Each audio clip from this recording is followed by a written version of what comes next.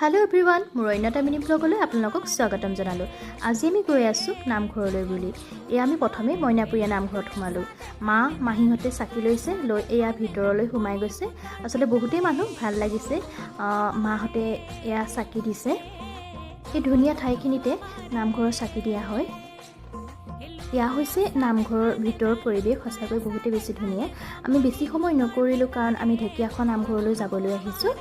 কিনো কথা পাতি আছিলোঁ আমি, সেয়া নামঘৰলৈ গৈ আছোঁ। ঢেকীয়াখোৱা পালোহি। সেয়া বহুতেই মানুহ, আচলতে ভাল লাগিছে।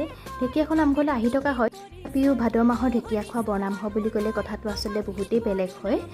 আমি চাকি ইয়াতেই দিলোঁ, কাৰণ ভিতৰত সোমাব নোৱাৰিলোঁ। ভিতৰত বহুতেই ঠেলা হেঁচা, তাতে গৰমো, বাহিৰত দিয়া হ'ল। ইয়াত পুখুৰীটো কিন্তু ৰাতি সঁচাকৈ বহুত ধুনীয়া লাগিছে। আজি ভিডিঅ'টো কেনেকুৱা লাগিলে জনাবলৈ কিন্তু নাপাহৰিব। যদি ভাল লাগিলে তেনেহ'লে লাইক কমেণ্ট কৰিব। আছে, বাই বাই।